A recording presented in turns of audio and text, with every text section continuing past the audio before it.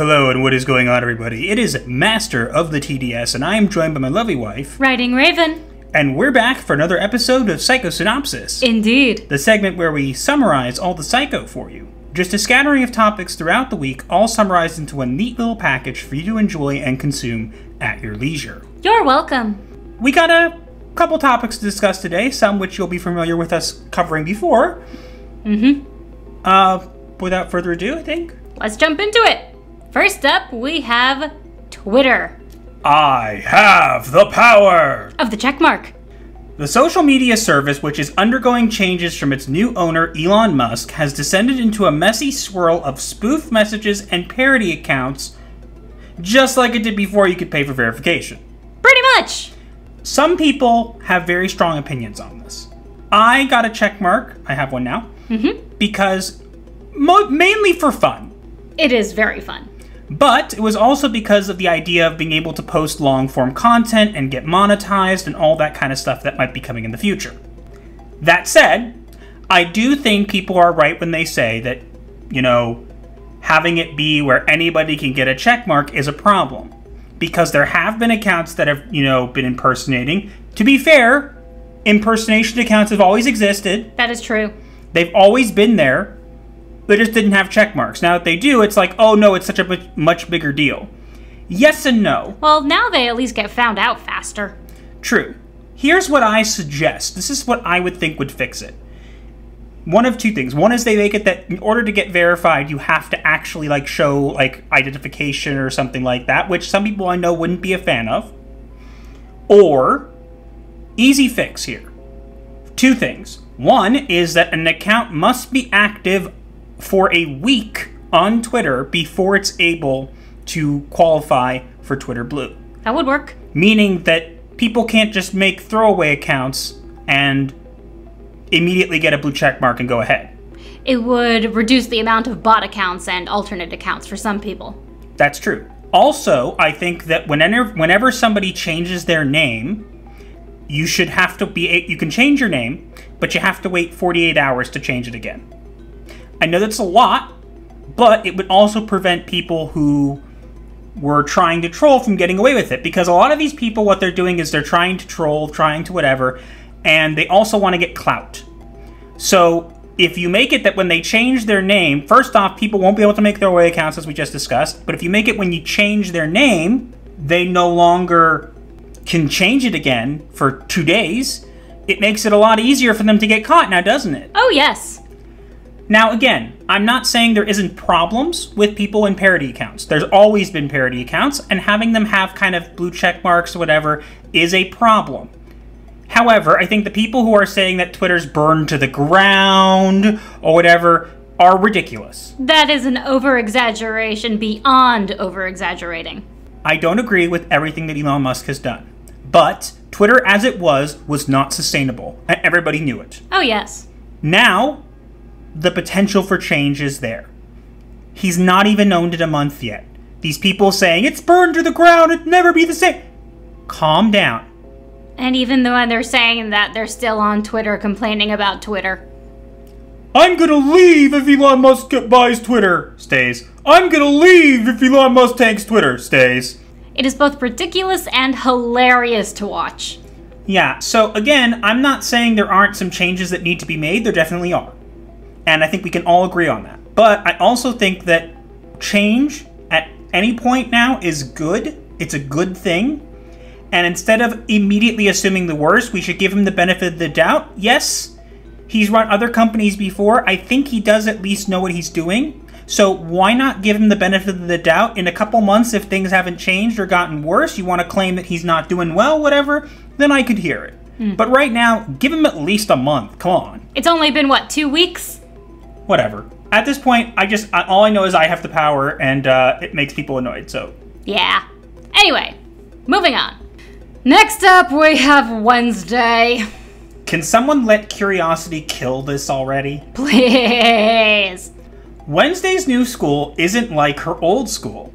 The Nevermore pupils live in a medieval castle, and they're all magical, from sirens and gorgons to werewolves and vampires. On days off, they visit the nearby, quote, normie, end quote, town, where they are feared and hated by regular humans. What the hell is this? I'm not saying the show can't be good, but they've completely misunderstood the world of the Addams family. In the Addams family, they only hint at magic being real. Yes, they had seances and whatnot. There was a Halloween episode in which Wednesday was told by someone that witches don't exist, and she came home crying, saying, if you can't believe in witches, what can you believe in? And then her parents tried to get an actual witch from their family, a dead one, to come and visit to prove to Wednesday that witches do exist.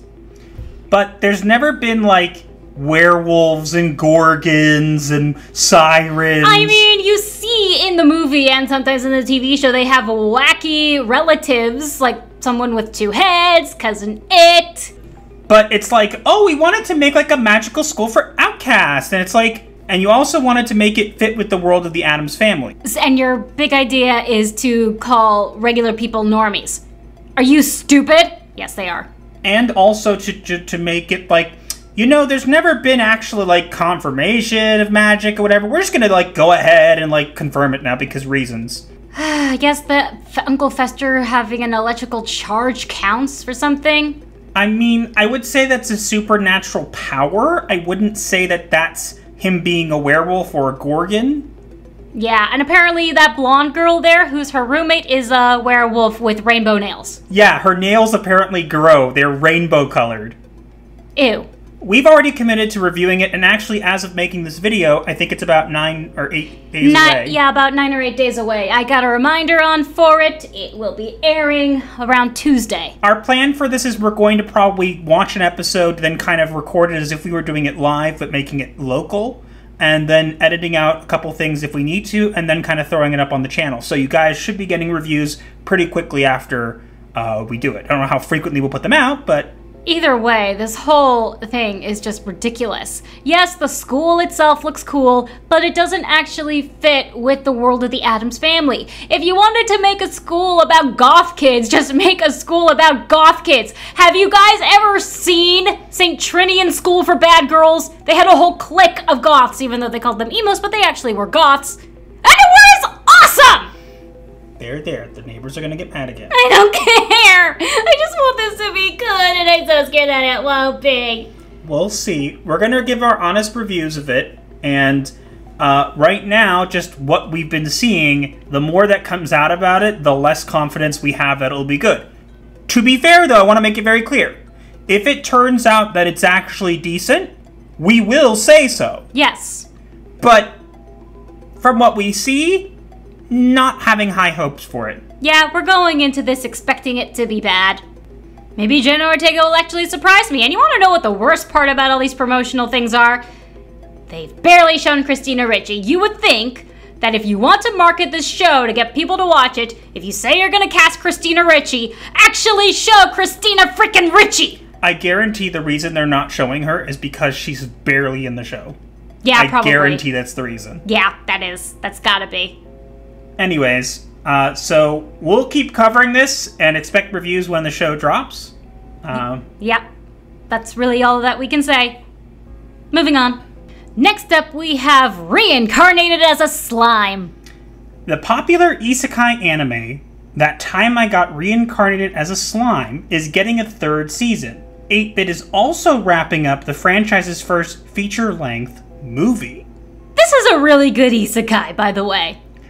Yeah, so as you guys know, Raven and I like to watch anime pretty much exclusively these days. We're going to be... the last thing we watched, I think that wasn't anime, was the Monsters, which we won't speak of. Yeah. We have a review on the channel. It's not great, but...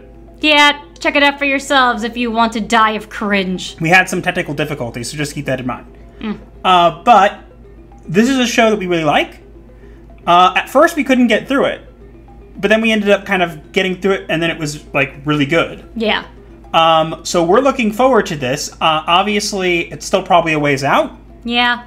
The show is really good. It starts off slow, but it picks up pretty quickly. Yeah, so if you're someone who's either given this a try or whatever, you know, actually sit through a couple episodes, and it's not just because, it takes a few episodes to get good. It takes a few episodes to get going. Yeah. It has great world building, and that's one of the things that this show does really well. Oh, yeah. It's one of the best things that it does. And it's just a great show. We don't want to spoil it for you, but it's really good. We will be looking forward to watching it when it comes out. Mm-hmm. Obviously, and I know people get annoyed about this, but we do watch it with English dub. And the reason is because at the end of the day, when we watch this kind of stuff, we're tired, and we don't really want to sit there and have to read subtitles. We have watched subtitle anime before. Yeah.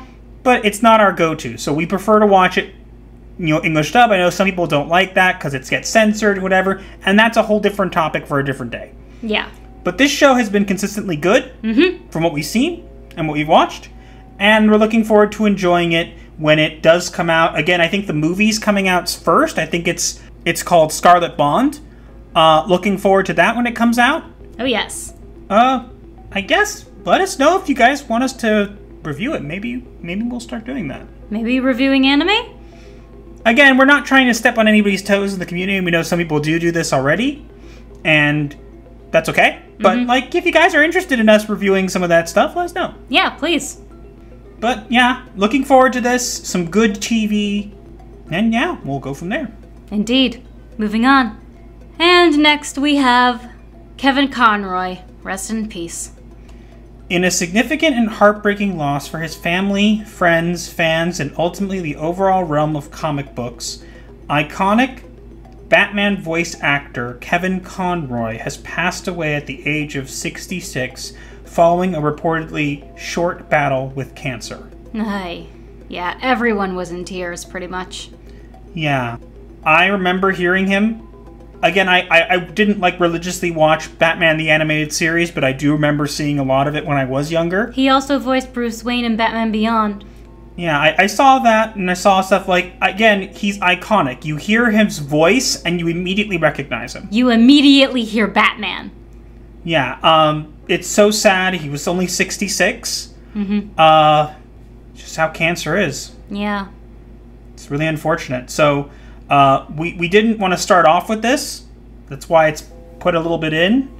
But we did want to, give our take on it and pay our respects to him.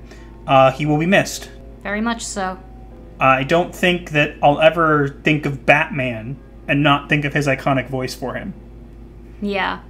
I mean, these days in the WB animated superhero movies, they have the father from Terra Nova voicing Batman. But, you see, even when they have other people voice it, and this is something that people don't really understand, is that Kevin Conroy was kind of like the OG. Yeah, he was. So, every time you hear Batman speak in any cartoon or whatever person is doing the role bases some of their mannerisms on their voice on Kevin Conroy's original take. Yes, that is true. It's undeniable. You cannot hear it in what's going on. So, his legacy will live on. Oh, yes. It's really a shame that he's left us so soon. Maybe we'll watch the show again to remember him. Yeah, maybe we'll do that at some point. But it's really a shame. A lot of people passing away lately. And, this is, unfortunately, and cancer's taken another one. Yeah. Not much else to say about it. Yeah, really. But rest in peace, Kevin. Thank you. And continue fighting crime in the afterlife. Gotham will rest easy still. Let's move on. Next up, on a bit of a lighter note, we have Wakanda Forever. I don't want to play with you anymore. Comic book saviors get resurrected all the time. Chadwick Boseman's 2020 death made that impossible for Black Panther's sequel. Aside from recasting multiverse CGI... ... #recast T'Challa. Seriously, they could have just done that. We've had multiple Batmans, multiple Supermen. Or just, have digitalize the face and use a voice modulator to make it actually seem like it's Chadwick Boseman. You couldn't have done that! Now, I want to clarify. My wife and I have not seen Black Panther Wakanda Forever. We have no intention to do so. Absolutely not. We will not be supporting anything regarding Riri Williams. You might wonder, well, why are we talking about it then? Well, we are going to report on the news around it and what we've heard. Again, keep in mind, our opinions is not going to be based on having seen the actual movie. It'll be based on what we've heard and what we've seen from clips and stuff. What I've been told, for the most part, is that it wasn't a terrible movie. I've heard it was boring. And all over the place. I've heard that people were very upset with how they took T'Challa out. Now, just gonna put this in here. There's possible spoilers coming up. So if you are someone who has not seen Black Panther Wakanda Forever and you would like to, see that first and come back, please do so. Mm-hmm. We will count down from 3 and then we will go into some spoilers from what we've heard. You've been warned. Yes, you have. 3, 2, 1. Begin spoiling. Basically, they have T'Challa pass away without us ever seeing him, and then they kind of beam his coffin up into the air, and apparently they made him die the same way Chadwick Boseman died, to try and play on heartstrings. And apparently they have like a funeral, and the Avengers aren't there. And look, they were dealt a really bad hand with Chadwick Boseman passing away. They could have just not made the movie. Or they could have recast him or done something to honor him and had his son take it up, whatever. I want to make very clear, I have no problem with Shuri being the one who takes it over. The problem was, you're calling a movie Black Panther, and the actual Black Panther, whether it's Shuri or T'Challa, aren't even really in this movie for that long. Yeah. From what we've been told. Now, let me get this out of the way. My least favorite character in the MCU, and Marvel Comics as a whole, Riri Williams, aka Ironheart, does make her debut in this. She makes a vibranium detector. Which makes her a target for Wakanda and apparently also fake Atlantis, which also has a massive store of vibranium, somehow. The thing I'm curious about is, hey, Marvel writers, hi. Hi, how you doing? So let me get this straight. Whenever vibranium is taken out of Wakanda, the Dora Milaje come out and, get it back, right?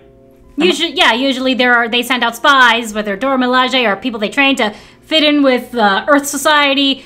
They send someone to retrieve said vibranium. Now, maybe I'm missing a piece of context here. I'm open to that. How would you build a vibranium detector without knowing the chemical composition of vibranium? Or even the molecular composition of vibranium. You need to actually have some vibranium in order to build something made to detect vibranium. How do you think metal detectors work? Then again, those are magnetic. Well, I just think it's kind of weird. And obviously they take her there. And from what I've been told, she apparently gets mad at one point during the movie. And this is for all you people on Twitter. You listening? You listening good? People who hate me getting mad at Riri Williams, listening? Listening? She literally goes off and says something along the lines of, my teacher told me I'd never be able to do it because I'm a black woman. For any of you who are familiar with me or the comics, you will know that I make fun of that all the time because she literally begs her teacher to victimize her in order for her to... He forces her teacher to say, fine, you'll never be Tony Stark. Literally stands up and stares her teacher down for 3 whole panels. Yeah. So she references it. So, Iron Victim confirmed for MCU. It is now canon. I will be accepting your apology letters. Or your angry, curse-filled proclamations that are just basically saying that I was correct and you're salty about it. Please, send us some hate mail. We have a P.O. box. No. What? We never get hate mail. I don't want hate mail. Don't send us hate mail. But we will accept some gifts. Sure. But yeah, I will be accepting apologies on Twitter. You guys know if you guys are watching, you know where to at me. Come on. I'm waiting. Do it. Grovel. Do it. Grovel at the feet of me. No. I have a check mark now, so I'm even cooler. Grovel. But Look, I think they should have just recast T'Challa. What they've done with this is they've literally killed off the character. And I think that, unfortunately, and people haven't made this clear, one of the things that Chadwick Boseman said was that he was happy to be starting a legacy of this character. And I get the feeling he said that knowing he was going to die. Exactly what I was saying. He kept his illness a secret. I think some of the comments he made, if we put this context onto them, makes it very clear what his wishes would have been. And his family did want the same thing. Now, again, having any main actor in a role pass away, even when you are able to recast, is a very hard choice to make. Yes. And we're not saying that Marvel did it maliciously, but I heard that they missed the mark here. By far. You created a character that so many people looked up to and liked. And the original Black Panther film was good. I saw it in theaters. I liked it. I really liked it. Again, I think it was a little overrated, but I didn't have any problems with it. I'm sure if I watched it again, I would. I haven't had an interest in watching it. True, the main inconsistency with the first Black Panther movie is that when he's frozen to preserve his body while in a coma and they pour the magical liquid down his throat, he should have choked on it. I would have liked to have seen them recast it. I know they would have gotten backlash for it, but I think that the way they did it, you could have at least, like, CGI'd, gotten one of his family members or something to come in and CGI'd his face onto them and at least made T'Challa go out like a hero. Yeah, that would have been better. That's how he would have gone out! You literally made him go out like a punk.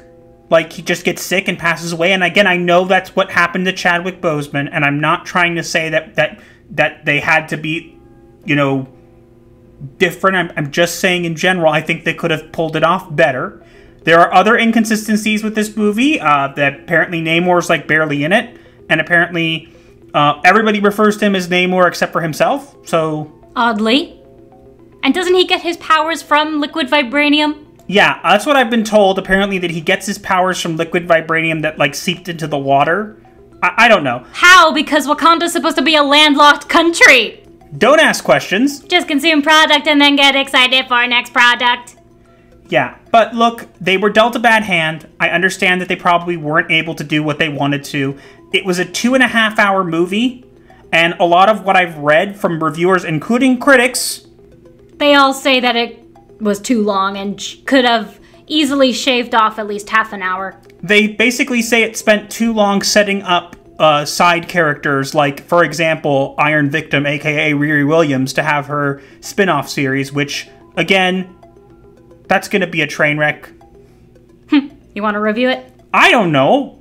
I think people are going to make us. I don't have any interest, but okay. Let's get Master to 10,000 followers on Twitter, and then maybe we'll... 10,000? What? Tell you what, guys. Tell you what.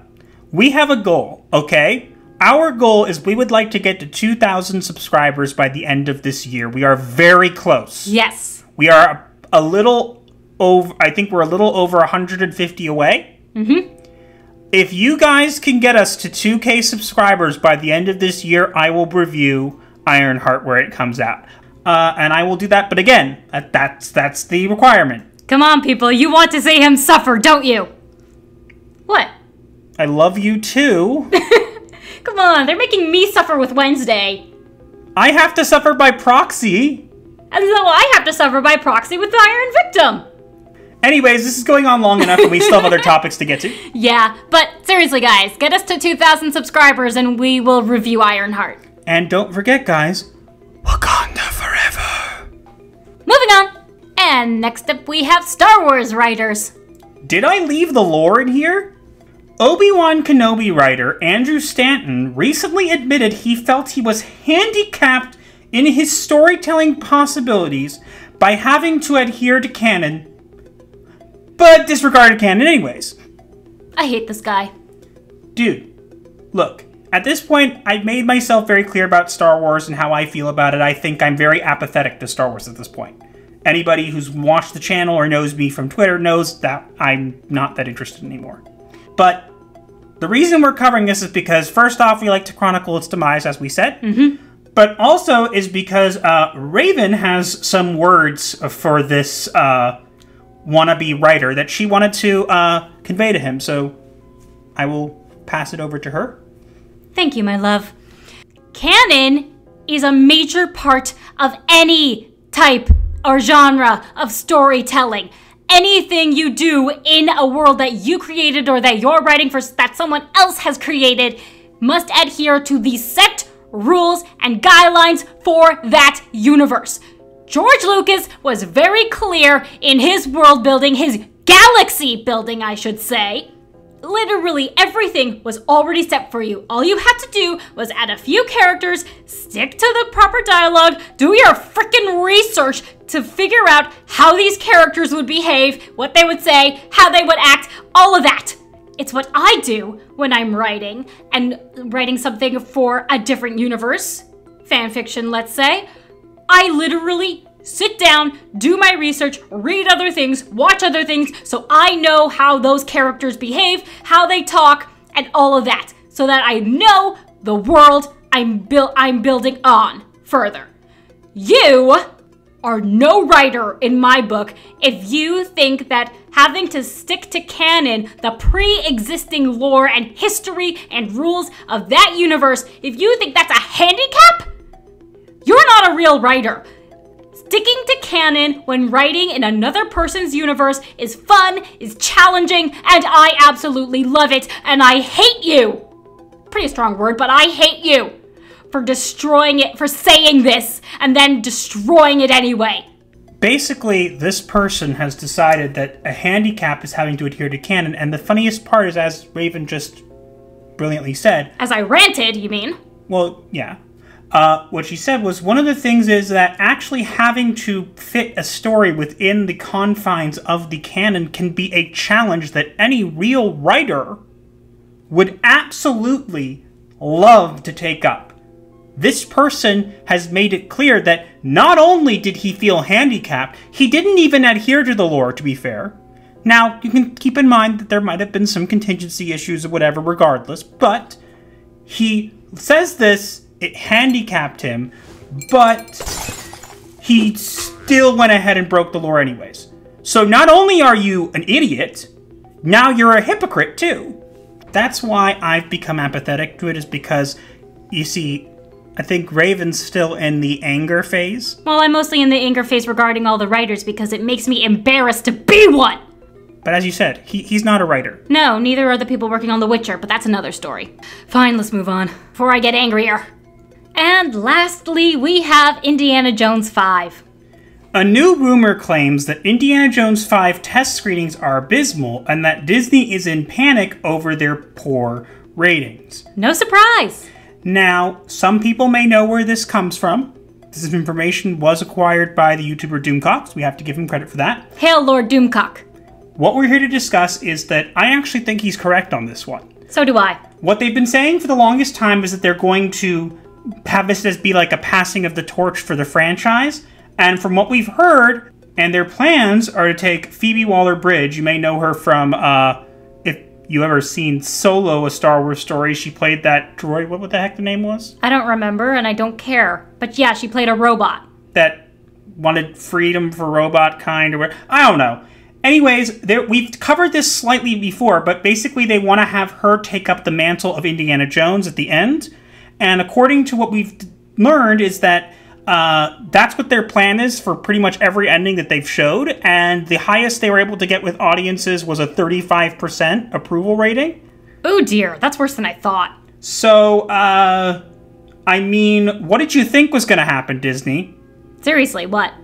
I think that Indiana Jones was a great trilogy. I know some people liked Kingdom of the Crystal Skull. I was not a fan of it. The TV show Young Indiana Jones was pretty good too. Now, I think that they could have done a last one to round it up nicely. This is not it. No. I'm not interested in seeing Indiana Grampy. Okay, sorry. And I'm not interested in seeing someone else take over the mantle. I would rather see him pass it on to somebody else and, you know, have it be like something like that. I mean, didn't they give him a son in Crystal Skull? Yeah, but then they gave Shia LaBeouf played his son, but then I think that there was there was lots of problems with Shia LaBeouf, so they didn't bring him back. But regardless, I think that they could have left it well enough alone But if they had to do it, they could have done it in a nice, respectful way. And according to this, not only do they have Phoebe take over, but they also have that Indiana Jones go out kind of like a punk. Yeah. Again, I know Harrison Ford's getting old and there wasn't much they could do and blah, blah, blah. I honestly think there was no need for this movie. I think they could have just left it alone. I mean, you could have done the same thing they did with Mark Hamill when he played his younger version of Luke Skywalker. Whatever. I'm just done. I'm ready for this franchise killing to be over. They're not going to do... This is not going to do well. I don't see it doing well regardless of what they decide to do. As far as I'm concerned, there are 3 Indiana Jones movies. If someone likes the 4th, you can want to argue about it. That's totally fine. I'm not a fan of it myself, but I'm not going to disparage anybody who is. And there was the prequel TV show, which was pretty decent. And they're actually planning, speaking of TV shows, they're actually planning to do a spin-off TV show involving Marion, a prequel series. Why? Because they have to show how Marion taught Indy everything he knows, right? Isn't that what they do? Please God, no. You see, if Marion took over the mantle, at least that would make sense. That would, because it's frickin' Marion. I'm not surprised if all this is true. Again, we can't confirm it, so keep in mind that. And again, I know some people have their opinions about the source of the information. We're just reporting on it because it's an interesting topic. And I have heard some things from my sources that have corroborated what Doomcock is saying here. So, just gonna throw that out there. We'll have to wait and see. I have no plans on seeing it. Yeah, me too. And let us move on. And with that being our last client of the day, it is time for us to reveal the diagnosis of the week. And we have a really interesting one for you this week. Do tell. So the diagnosis for this week is folie à deux. Please explain. So folie à deux is a delusion or mental illness that is shared by 2 people in close association with each other, basically usually family members. People will act paranoid, fearful, suspicious of others, they'll get angry when they're challenged, and they'll believe that they're correct in whatever about things when it's not necessarily the case, and it kind of like spreads, almost like a disease. I can't think of a better analogy for Hollywood and franchises these days. It's like a virus spreading from one to the other, but in reality, it's almost like this delusion that what they're doing is going to be good and fair and let people see each other on screen, and it continues to fail, but they're so stuck in their delusions that they spread them around so that every franchise needs to be infected. So that's why I think folie à deux is a very good diagnosis for this week, because we've seen quite a lot of it, especially in these last couple months. I agree. And now we move on to the remedy of the week. And this week we are going to be sending you to Mr. Grant Gregory. And the reason we are doing this is because his original channel got struck down after being hacked, right? Yeah, so Mr. Grant Gregory is a good person, friend of ours. His channel, he actually had, I think, 59 point something K subscribers. Something hacked his account and then started doing crypto on his channel, and then it got struck down. Hopefully, he will eventually recover it. I have hope. But for now, what we are doing is we're going to be shouting him out so you guys can go check him out. But also, he has a backup channel, which you'll see the link right here. Pretty much we are sending you to his backup channel to help regrow his subscriber base. Yeah, he's a great guy. You won't be disappointed by the content he makes. He makes some great memes. And he's just a swell guy. He's never been mean to me or Raven. He's always been very welcoming and accepting of us. Mm-hmm. And we just wanted to do him a solid. I really do hope, Mr. Grant Gregory, that, in a little bit of time, you will have your channel back. I have faith. But we're going to send people over your way anyways, just because we want to show our support. And again, if you guys want to tweet out at Team YouTube and see if you can get their attention to help out Mr. Grant Gregory, you can do that as well. But head on over there. And let him know that Gothic Therapy referred you. Indeed. Now, that is all we have for this week. Let us know what you think in the comments below, and also make sure to like, share, comment, and subscribe with notifications on so you do not miss your weekly therapy session. Or you will be charged. But remember, when you do subscribe, your first session is free, so smash those buttons like they're bad kitties. And do consider joining our channel at the dusk, midnight, or dawn level. We would appreciate that quite a lot.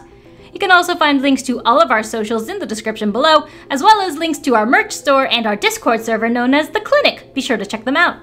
And our merch store is back up. It is not the one before. I've revamped it if you want to check the community tab for more information. But you might actually see some of our products below this video. We're going to be adding to that soon. Just some basic stuff. Again, no pressure. Just wanted to have it there in case anybody was interested. So if you feel free, if you see something you like, go ahead. But yeah, that's all we have for this week. And we will see you guys in the next one. Gothic Therapy, out.